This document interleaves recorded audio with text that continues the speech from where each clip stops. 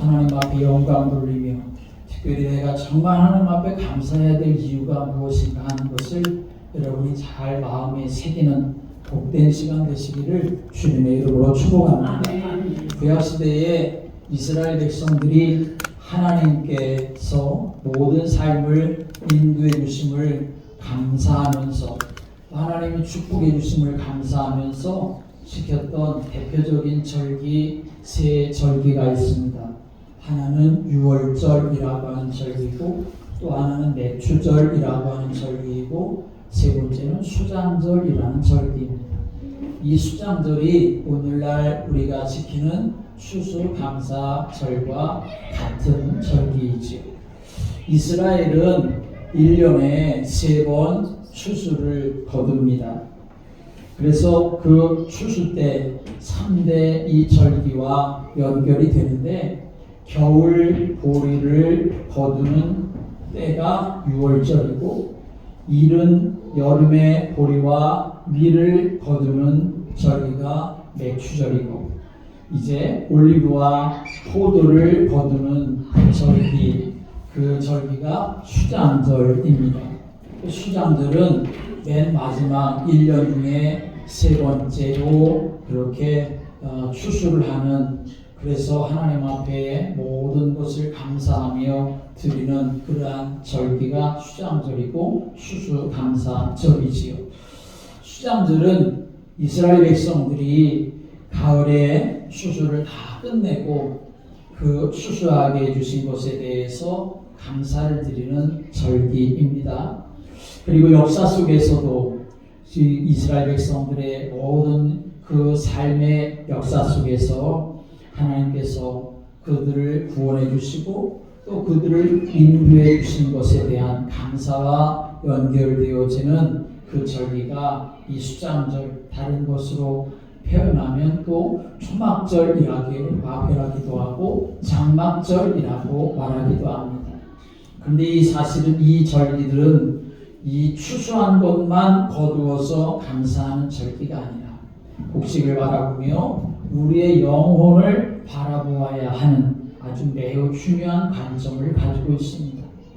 1년 동안 하나님께서 베푸신 그 모든 열매들을 추수하여 곡간에 드린 것처럼 우리 심령도 이제는 언젠가 주님이 부르실 때에 그 주님 앞에 갈 때 우리들이 이 땅에 믿음의 삶을 살아가는 것이 가라지와 같이 아니하고 정말 알곡과 같아서 우리의 영혼도 천국 곳간에 들어갈 때를 우리가 바라보며 나를 구원하신 하나님 또 앞으로도 인도하실 그 하나님 앞에 우리가 감사함으로 드리는 절기가 바로 이 수장절이고 추수감사절이 되어야 합니다. 출애굽을 하고 40년 광야 생활하다가 이스라엘 백성들이 가나안 땅에 들어갔던 그 때를 이스라엘 백성들뿐만 아니라 그 후손들까지 다 기억하면서 하나님 앞에 절기를 드리는 것은 이 절기 자체가 하나님 앞에서의 감사와는 절대로 떨어질래야 떨어질 수가 없음을 그렇게 말씀하고 있는 거죠. 여러분, 우리가 신앙생활하면서 우리가 신앙생활할 때에 우리가 신앙생활과 연관되어지는 많은 말들을 우리가 생각해 본다면 거기에는 여러 가지 표현들이 있겠지만 그러나 감사라고 하는 것과 절대로 떨어질 수가 없는 것이죠.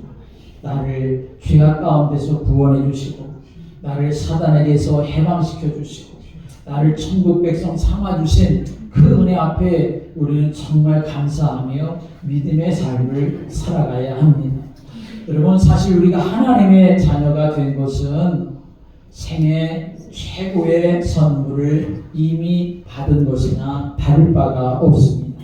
그렇기 때문에 우리의 신앙생활은 당연히 감사 생활이 되어야 합니다.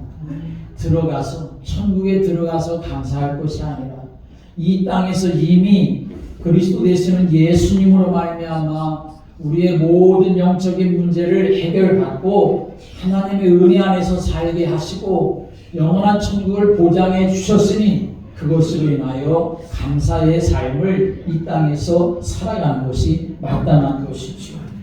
어떤 사회학자가 이런 지적을 했습니다. 요즘 시대는 암보다 더 무서운 질병을 앓고 있는데 그것은 바로 감사불감증이다라고 말했습니다. 사람들이 죽는 사망의 원인 중 제일 높은 암보다도 더 무서운 질병, 그것은 바로 감사할 줄 모르는 병이라는 것이죠. 모든 것이 풍요로운 것처럼 보이는 현대인들이 불행하다, 불행하다 그렇게 말하는 이유가 어디에 있겠습니까? 그것은 모든 것이 풍요로운 것처럼 보여지지만 그러나 감사함의 풍요로움을 잊어버리고 있기 때문에 모든 것이 다 있는 것 같은데도 불행하다라고 하는 마음을 가지고 살아가는 것이죠. 그래서 종교개혁자 마르틴 루터는 이렇게 말했습니다. 마귀의 세계만 감사가 없다라고 이렇게 말을 했습니다. 하나님 떠난 그 모든 삶, 불신 환경 속에 매여 있으면 절대로 감사라고 하는 것이 있을 수가 없는 것이죠. 오늘도 하나님 앞에서 구원의 은혜에 감사하며 내가 지금까지 믿음의 삶을 살아올 수 있도록 인도하심을 감사하며 또 앞으로도 하나님께서 그렇게 인도하실 것을 믿는 믿음 안에서 감사함으로 여러분의 삶이 하나님의 은혜로 풍성케 되시기를 주님의 이름으로 축복합니다. 우리 사람의 몸이 건강하려고 하면 우리 몸에 필요한 요소들이 꼭 필요한 요소들이 여러 가지가 있지. 그 중에 한 가지가 음식과 물입니다. 아무리 몸이 아프고 그리고 아무리 입맛이 없어도 고기를 끊어버리면 그 사람은 절대로 회복되어질 수 있는 힘을 얻을 수가 없는 것이죠. 그래서 음식과 물이 우리의 몸에 꼭 필요합니다. 뿐만 아니라 우리의 몸에 혈액순환이 잘 공급되어져야 우리의 몸이 말초신경까지도 건강할 수가 있게 되어지는 것이죠. 뿐만 아니라 우리의 몸에는 산소가 잘 공급되어져야 그래야 우리의 몸이 건강할 수가 있는 것이죠. 사람이 쓰러져서 의식을 잃어버려서 호흡이 몇 분만 그렇게 끊어져 버려도 그래서 우리의 머리에 산소가 공급되지 못하게 되어지면 그 사람은 심각한 후유증을 앓게 되어지는 것이죠. 이렇게 우리의 몸에는 산소가 잘 공급되어져야 하는데 그런데 사람이 호흡을 통해서 체내로 들어오는 이 산소가 이제 우리의 몸에서 산화되어져서 우리의 몸을 건강하게 그렇게 유지시켜 주는데 근데 우리의 몸에 다 들어오는 공기, 산소 중에서 다 산화되지 못하고 남는 여분의 산소가 있는데 그것을 활성산소라고 이렇게 말합니다. 이 활성산소라고 하는 것은 체내에 정상적인 세포를 공격을 하거나 또는 노화나 각종 질병의 원인을 작용을 하게 된다고 합니다. 그래서 현대인들의 질병 중에 약 90%가 이 활성산소와 관련이 있다고 그렇게 의학자들은 말합니다. 그런데 이런 활성산소가 우리 몸에 들어와서 정상적인 그러한 세포를 살게 하고 피의 공급을 원활하게 하는 그러한 산소로 잘 작용을 해야 되는데 원치 않는 활성산소가 우리의 체내에 왜 생기게 되는가? 하나님이 그렇게 만들어 놓으셨기 때문이 아니라 그렇게 활성산소를 부추기는 요소들이 우리 안에 있다는 것입니다. 그것은 바로 불안감이라든지 원망이라든지 죄책감이라든지 자기의 비하라든지 미움과 같은 것들이 우리 안에서 일어나게 되어질 때에 우리 몸에 활성산소가 생기게 되어지는 것이고 그 활성산소는 우리의 몸을 공격하는 요소가 되고 만다는 것입니다. 그런데 반대로 우리의 몸을 건강하게 하기 위해서 면역 기능을 향상시키고 또 혈액순환을 원활하게 만들어서 건강하게 하는 비결은 무엇이냐? 똑같은 산소가 들어오지만 말씀드린 그런 요소들이 있을 때 우리의 몸에 활성산소를 만들어서 우리의 몸을 상하게 하지만, 그러나 우리가 항상 기쁨과 감사함으로 삶을 살아가게 되어지면 그런 활성산소가 우리의 체내에 만들어지지 않게 된다는 것입니다. 그래서 성경은 계속해서 반복적으로 감사에 대해서 말씀하고 있는 것을 우리는 기억해야 합니다. 오늘 여러분, 오늘 본문의 말씀을 보면 우리가 인생을 살면서 감사할 수밖에 없는 아주 근원적인 이유에 대해서 우리에게 말씀하고 있습니다. 여러분이 생각하는 감사의 기준은 무엇입니까? 오늘도 우리가 하나님 앞에 특별히 추수감사 주일로 예배하면서 하나님 앞에 감사하는데, 내가 감사해야 될 이유는 무엇일까? 물질 때문에 감사합니까? 세상의 명예 때문에 감사합니까? 취직된 것 때문에 감사합니까? 고등학생들 수능이 끝났는데 수능 잘 봐서 이제는 대학 가게 되는 것에 대해서 감사합니까? 아니면 승진을 했습니까? 아니면 내가 누군가 큰 계약을 맺어서 그것 때문에 감사합니까?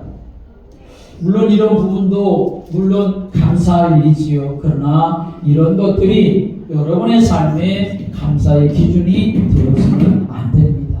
사실 지금 말씀드렸던 이러한 것들은 그럴 수도 있고 안 그럴 수도 있는 것이기 때문에 그런 것이지. 지금 잘 되었다가도 어떤 때는 또 안 될 수도 있는 것이기 때문에 그렇습니다. 그렇다면 우리는 정말 하나님 앞에 내가 감사해야 될 이유가 무엇인지를 바르게 붙잡아야, 그래야 내가 흔들림 없는 믿음의 삶을 살아갈 수가 있게 되는 것이겠지요. 오늘 본문의 말씀은 그리스도인들로서 왜 감사의 삶을 살아가야 되는지, 감사의 진정한 이유가 무엇인지 그것을 우리에게 말씀하고 있는데, 여러분의 가슴에 이 말씀이 새겨져서 내가 어떤 일들 속에서도 흔들리지 아니하고 하나님 앞에 진정으로 감사하는 그런 믿음의 성도들 되시기를 주님의 이름으로 축복합니다. 진정으로 감사해야 될 첫 번째 이유는 뭐냐면, 회복된 신분 때문에 우리가 감사해야 될 이유가 있는 것입니다.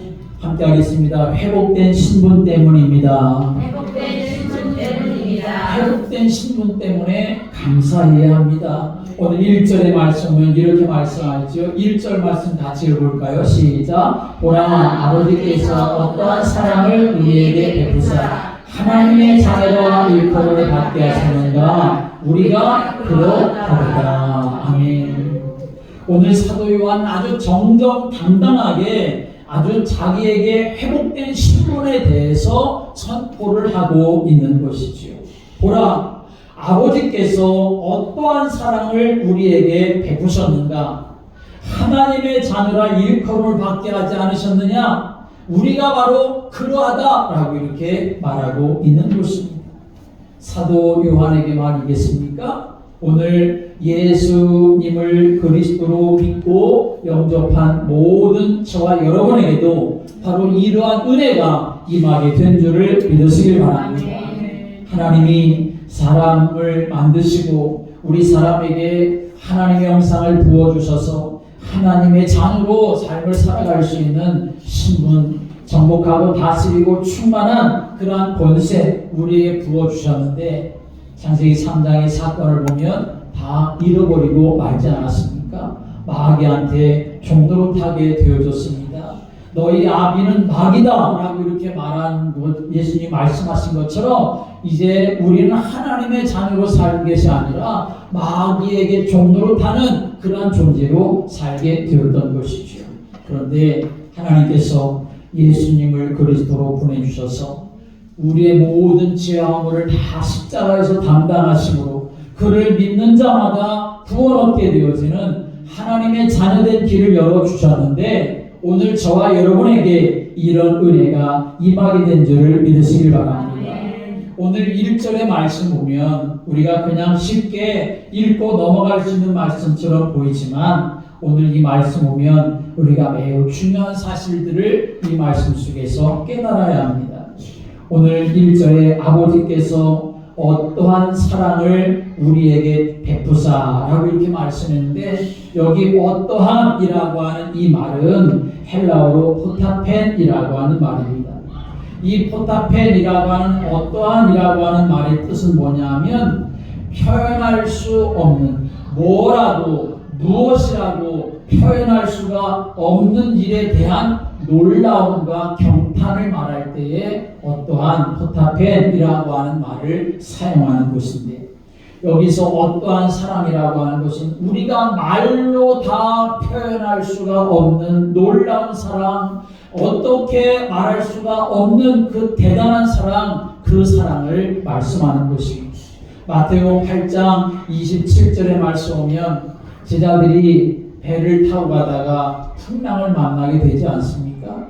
그때 예수님께서는 배에서 주무시고 계셨는데 풍랑이 너무 심해서 그 풍랑의 물결이 바다에게 배에까지 넘어 들어오게 되었을 때 제자들은 죽을 것 같은 그런 극심의 공포 가운데 있었을 때 예수님이 주무시고 계신 걸 알고 예수님을 깨웠을 때 예수님께서 뭐라고 말씀하십니까? 이 바람을 향하여 풍랑을 향하여 잠잠하라 라고 이렇게 말씀하시니까 그 시로 이 바람과 풍랑이 파도가 잠잠게 되는 역사가 일어나게 되었죠.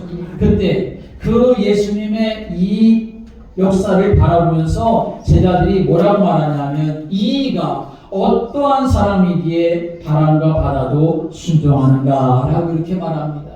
여기서 어떠한 사람이라고 하는 그 말이 바로 여기에 오늘 요한일서 3장 1절에 나오는 어떠한 사람이라고 하는 말과 같은 맥락으로 쓰여진 말씀입니다.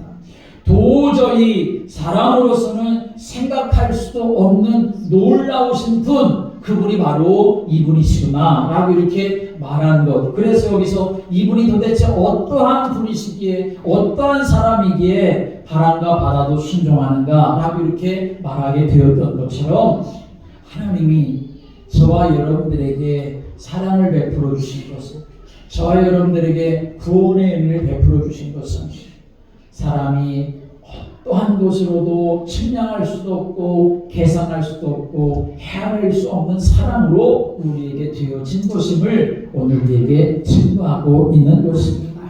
사랑하는 여러분, 우리가 헤아릴 수 있다면 정말 좋겠지만 하나님의 사랑은 헤아릴 수가 없습니다. 그래서 둘로 나눠지게 되는 거죠.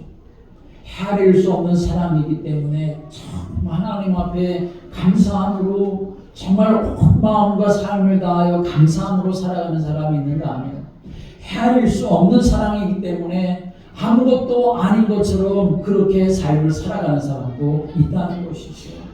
사랑하는 여러분, 하나님의 사랑 헤아릴 수 없지만 그러나 헤아릴 수 없기 때문에 너무나 큰 사랑인 것을 우리가 알고 날마다 그 사랑 앞에 감사하며 믿음으로 살아가는 여러분 되시기를 주님의 이름으로 축복합니다. 하나님의 말씀에 불순종해서 하나님을 떠난 우리 인생들 아닙니까?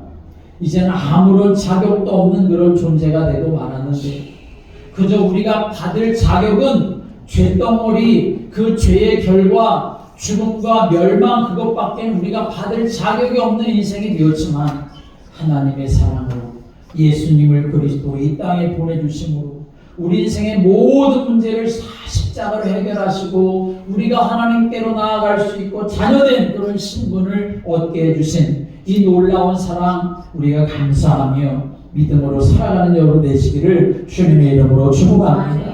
오늘 본문에 이제 또 그 어떠한 사랑을 우리에게 베푸사라고 이렇게 말씀했습니다. 여기 베푸사라고 하는 말도 우리말로 들으면 뭐 그렇게 베풀어 주셨는가 보다 그렇게 생각할 수 있지만 여기에 원래 이 원어적인 뜻으로는 어떤 의미냐면 하늘에서 비가 쏟아지는데 억수 같은 비가 쏟아지듯이 그렇게 폭우가 쏟아지듯이 그렇게 내리는 것을 오늘 여기 베푸사라고 하는 말의 의미로 사용되어졌습니다. 그러니 여러분, 하나님의 사랑이 우리에게 부어졌는데 어떻게 부어졌느냐? 그저 억수같이 쏟아 그렇게 부어지는, 폭우같이 부어지는 그런 하나님의 사랑과 은혜가 저와 여러분에게 부어져 있는 줄을 믿으시기 바랍니다. 오늘 말씀을 보겠지만 사람들이 이 하나님의 은혜와 사랑을 보는 눈이 없기 때문에 그저 육신에 매이고 세상에 매이고 마귀한테 속아서 눈이 가려져 하나님의 사랑을 알지 못하니까 하나님의 사랑이 나에게 어떻게 부어졌는지를 알지 못하는 것인데, 그런데 사도 요한은 하나님의 사랑을 어떻게 깨달았느냐, 그 베푸시다라고 하는 이 의미를 하늘에서 폭우가 쏟아지듯이 그냥 무진장 그렇게 쏟아지듯이 그렇게 하나님의 은혜와 사랑이 나에게 부어졌구나 라고 하는 사실을 알고 이렇게 고백을 하고 있는 것입니다. 사랑하는 여러분, 여러분들이 지금까지 믿음의 삶을 살아오면서 여러분에게 부어진 하나님의 사랑을 어떻게 하나님 나에게 사랑 베푸셨나 그렇게 깨닫고 사십니까? 그냥 이슬 같은 하나님의 은혜로 만족하며 여러분이 지금까지 살아오셨습니까? 아니면 내가 생각지 못한 때에 하나님이 나에게 정말 폭우와 같은 은혜를 정말 나에게 폭포수처럼 그렇게 부어주신 그러한 때를 여러분이 또 생각하며 또 앞으로도 그렇게 하나님 베푸신 은혜를 여러분이 바라보며 믿음의 삶을 살아가고 있습니까? 우리의 영적인 삶은 절대로 메마른 삶이 되어서는 안 됩니다.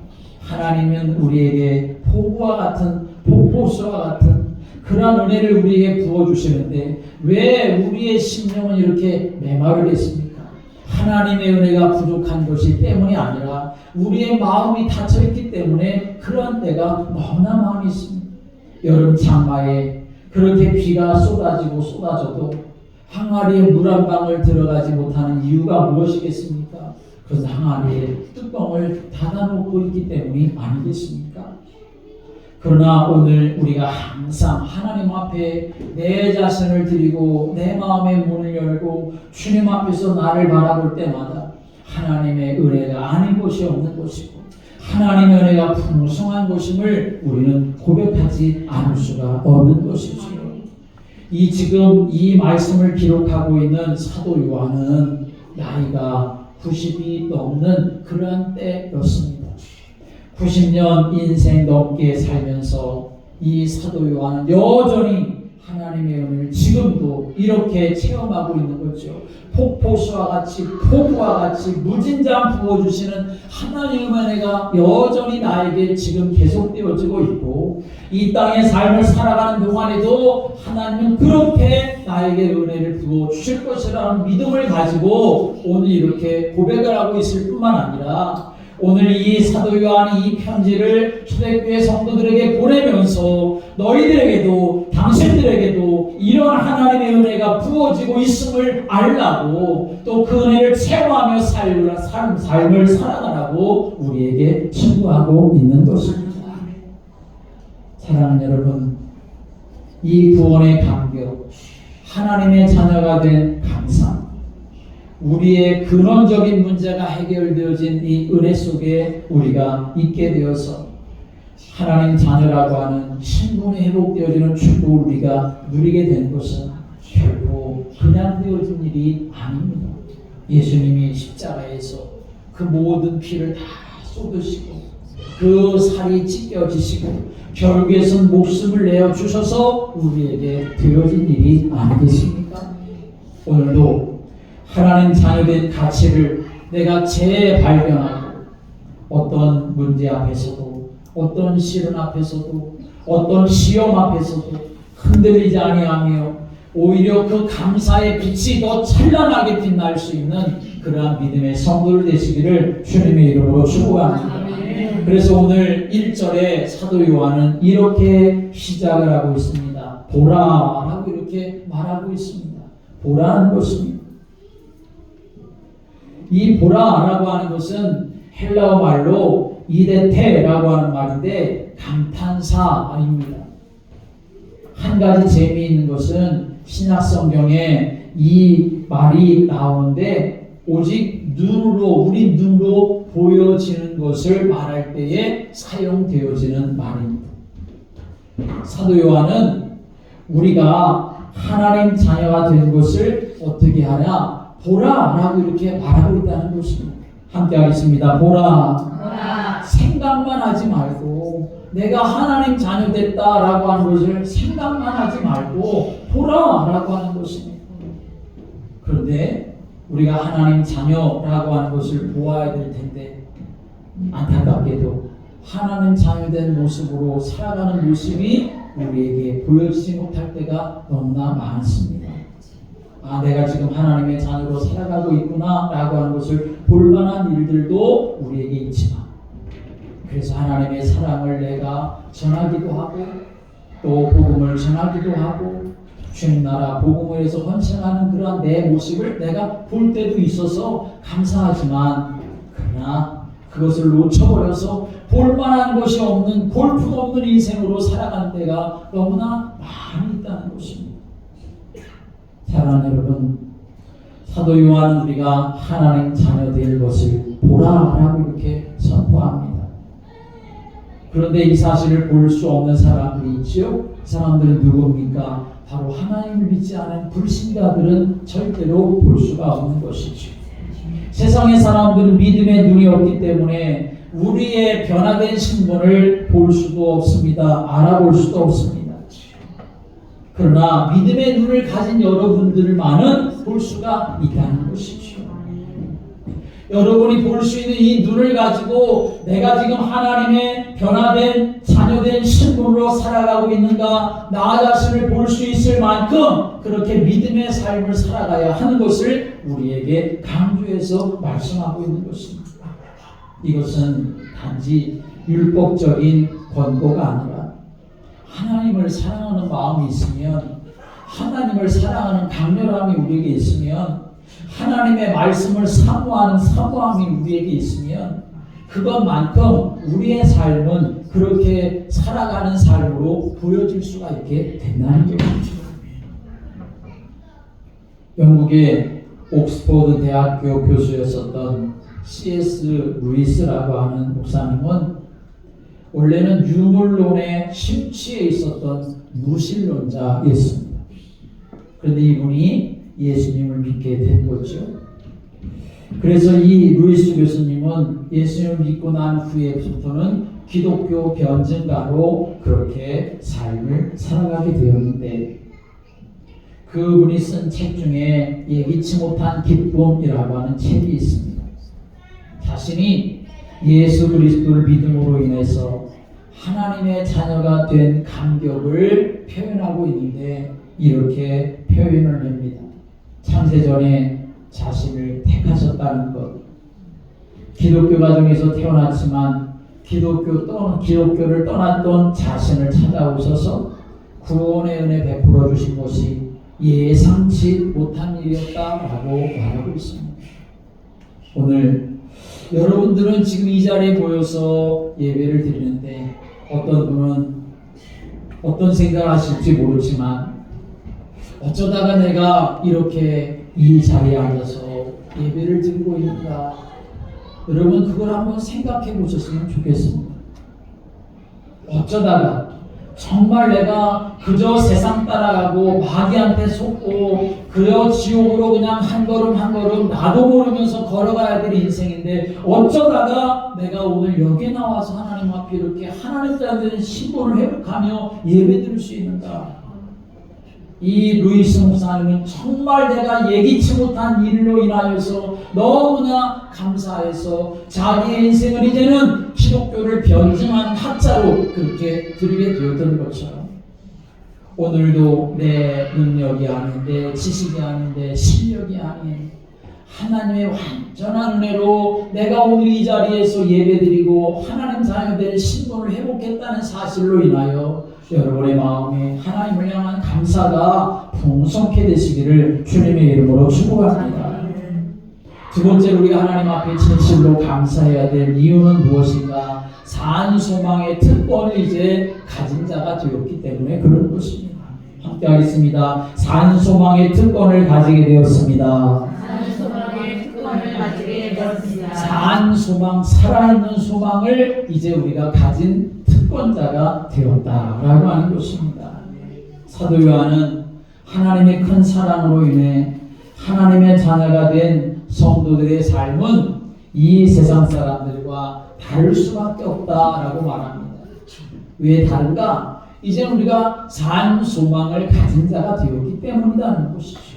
그 산 소망이 무엇인가? 이 산 소망이라고 하는 것은 앞으로 우리가 얻게 되어질 특별한 소망, 특별한 일에 대해서 우리에게 말하고 있는 것입니다. 장래에 하나님의 자녀에게 주어질 특권이 있다. 주님이 재림하시는 날이 반드시 오는 줄을 믿으시기 바랍니다. 주님이 이 땅에 다시 오시는데, 재림의 주로, 심판의 주로 오시는데, 그 날이 내가 살아있을 때인지, 내가 죽고 날 때인지, 아니면 오늘인지 내일인지 알 수 없지만 주님이 반드시 오시는 재림의 주, 오시는 때가 있는데, 그때 우리가 어떻게 되느냐? 바로 이 예수님처럼 된다라고 하는 그 산 소망이 이제 우리에게 주어졌다는 것입니다. 이 빌립보서 3장 21절의 말씀에 오면 주와 같은 영광의 몸의 형체로 우리가 변하게 될 것이다 라고 말씀했습니다. 이 썩어질 육신을 가지고는 주님을 만날 수가 없는데, 그런데 주님이 다시 오셔서 재림의 주, 심판의 주가 되셔서 우리가 주님을 만나게 되어지고 주님 앞에 가게 되어지는데, 그때 우리가 얻게 되어질 것은 무엇이냐? 바로 주와 같은 영광의 몸의 형체로 우리가 변화되어서 천국에서 주님과 함께, 아버지 하나님과 함께 영원히 살게 될 것, 그것이 바로 저와 여러분에게 주어진 산 소망이 된 줄을 믿으시기 바랍니다. 고린도전서 15장 49절의 말씀 오면 우리가 하늘에 속한 이의 형상을 입게 된다라고 말씀했습니다. 썩어질 육신의 것이 아니라 영광스러운 부활체로 우리가 변화되어진다는 것입니다. 그러므로 여러분, 이 땅의 삶을 살아가는 동안 우리가 물론 잘 먹어야 되고 잘 입고 살아가고 건강하게 살아가야 하겠지만, 그러나 이 땅의 서론적인 곳에 우리의 마음과 생각을 빼앗기며 살아가는 인생이 아니라 하나님이 주신 은혜를 우리가 감사함으로 받아 누리는 것, 그 당연한 것이지만, 그러나 이 세상의 것에, 썩어질 것에 모든 걸 올인하듯이 그렇게 살아가는 것이 아니라 산 소망을 우리가 가지고 영원한 하나님 나라에서 살아갈 그때를 기억하며 하나님의 나라를 위해 살아가는 믿음의 성도들 되시기를 주님의 이름으로 축복합니다. 우리가 아무리 고통스러운 환경에 있을지라도 하나님을 찬양하고 하나님을 위해서 감사할 수 있는 이유는 무엇이겠습니까? 그저 이 땅에 살다가 끝나는 것으로 전부 다라고 하면 절대로 그런 삶을 우리가 살아갈 수 없겠죠. 그러나 우리에게는 무엇이 있느냐? 산 소망이 있기 때문에 그렇습니다. 주님을 만날 때가 있고 주님 앞에 서서 우리의 몸이 영광스러운 부활체로 바뀌어져서 주님과 함께 살아갈 그때가 있기 때문에, 착하고 충성된 종아 내가 너를 기다리고 있었다고 주님이 맞아줄 그때가 있기 때문에 우리는 이 땅에서 감사함으로 삶을 살아가야 될 이유가 있는 줄을 믿으시기 바랍니다. 두 번째로, 하나님의 자녀는 가져야 될 산 소망이 무엇이냐? 세상의 불신자들과는 다른 삶을 살아가야 되는 소망이 우리가 가져야 될 산 소망이라는 것입니다. 첫 번째 산 소망이라고 하는 것은 미래의 천국에 들어갈 산 소망을 말하는 것이고, 지금 말씀드리려고 하는 산 소망이라고 하는 것은 이 땅에서 사는데 불신자들과 같은 삶을 살아가는 것이 아니라, 내가 이제는 오늘 4절부터의 말씀 보면 무엇에 대해서 말씀하냐면 죄에 대한 말씀을 해주고 있는데, 산 소망을 가진 자는 어떤 자냐? 이제는 죄의 불법 아래 있지 아니하고 죄를 이기고 하나님 앞에서 의로운 삶을 살아가는 것, 그것이 바로 저와 여러분이 가져야 될 산 소망인 줄을 믿으시기 바랍니다. 죄를 짓는 자마다 불법을 행하나니 죄는 불법이라. 그가 우리 죄를 없애려고 나타나신 것을 너희가 아나니 그에게는 죄가 없느니라. 그 안에 거하는 자마다 범죄하지 아니하니 범죄하는 자마다 그를 보지도 못하였고 그를 알지도 못하였느니라 라고 말씀합니다. 여러분, 사실 우리는 죄의 영향력 안에 살아가고 있지 않습니까? 이 세상 권세를 장악하고 있는 자가 마귀이기 때문에 어떻게든지 불신자는 말할 것도 없고 하나님을 믿는다고 하는 사람들까지라도 여전히 반복되는 죄 가운데 빠져서 하나님 없이 살아가게 만들고 하나님을 등지게 만들고 하나님을 배반하게 만들려고 하는 것이 사단의 역사인 것이죠. 그런데 우리 안에 산소망을 품어야 됩니다. 어떤 산소망을 품어야 되느냐? 나는 이제 불법 안에 있지 아니할 것이다. 나는 이제 죄 아래 있지 아니할 것이다. 나는 이제 마귀한테 종로로 타지 아니할 것이다. 나는 이제 하나님의 은혜 안에서 승리하며 믿음으로 살아갈 것이라고 하는 산소망이 저와 여러분에게 품어지시게 되기를 주님의 이름으로 축복합니다. 예수님이 이 세상에 왜 오셨습니까? 8절의 말씀 보면 이렇게 말씀하죠. 8절 말씀 읽어볼까요? 시작. 죄를 짓는 자는 마귀에게 속하나니 마귀는 처음부터 범죄합니다. 하나님의 아들이 나타나신 것은 마귀를 멸하려 하십니다. 아멘. 예수님께서 우리의 죄를 다 제거하시고 우리를 하나님의 자녀로 인정해 주셨기 때문에 죄를 반복해서 짓는 것은 결코 하나님의 자녀로 살아갈 수 있는 것이 아니라고 하는 것을 우리에게 말씀하는 것이지요. 이런 이야기가 있습니다. 우리로 하여금 하나님의 말씀에 정말 순종하게 만드는 아주 단순한 진리. 어떤 한 소녀가 자기 친구들과 놀다가 친구들한테 말합니다. 나 집에 밤 10시까지는 들어가야 돼. 아빠가 밤 10시까지는 집에 들어오라고 말씀하셨어. 그러니까 다른 친구들이 이렇게 말합니다. 야, 너 그렇게 아빠가 무서워? 라고 이렇게 말을 합니다. 그러자 이 소녀가 그 친구들한테 이렇게 말합니다. 아니야, 난 아빠가 무서워서가 아니라 아빠를 사랑하기 때문이야 라고 이렇게 말을 했습니다. 이 말씀의 의미가 무엇인지를 알겠지요? 이것은 무엇을 우리에게 알려주느냐? 우리가 신앙생활하는 데 있어서 영적인 진리가 고스란히 담겨있는 말씀, 그런 의미라고 생각할 수가 있는 것이죠. 정말 하나님이 무서워서가 아니라 하나님을 사랑하는 마음이 있다고 한다면, 그 하나님의 마음, 사랑하는 마음이 풍성하다고 한다면 우리가 하나님 나라와 복음을 위해서 믿음의 삶을 살아가는데 무엇이 무서울 것이 있고 무엇이 두려울 것이 있고 무엇이 아까울 것이 있는 삶을 살아갈 수가 있겠느냐라고 하는 것입니다. 중요한 것은 우리 마음에 하나님을 사랑하는 마음입니다.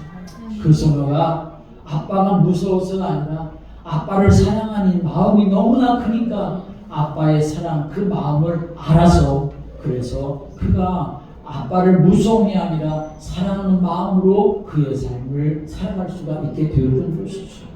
오늘 여러분, 신앙생활은 이렇게 해야 되는 것 아니겠습니까? 하나님을 사랑하는 마음이 풍성해지면 그 어떤 것 앞에서도 내가 하나님 앞에서 믿음으로 삶을 살아갈 수가 있게 되는 것이죠. 심리학자들이 사용한 말 중에 부정적 왜곡이라고 하는 말이 있습니다. 이 부정적 왜곡이라고 하는 것은 사람의 마음에는 원래부터 자신에게 어떤 자극이 들어오면 말로든지 행동이로든지 자기에게 어떤 자극이 들어오게 되면 이를 긍정적인 것으로 받아들이는 것이 아니라 부정적인 것으로 인식하려고 하는 경향이 있다라고 하는 것입니다.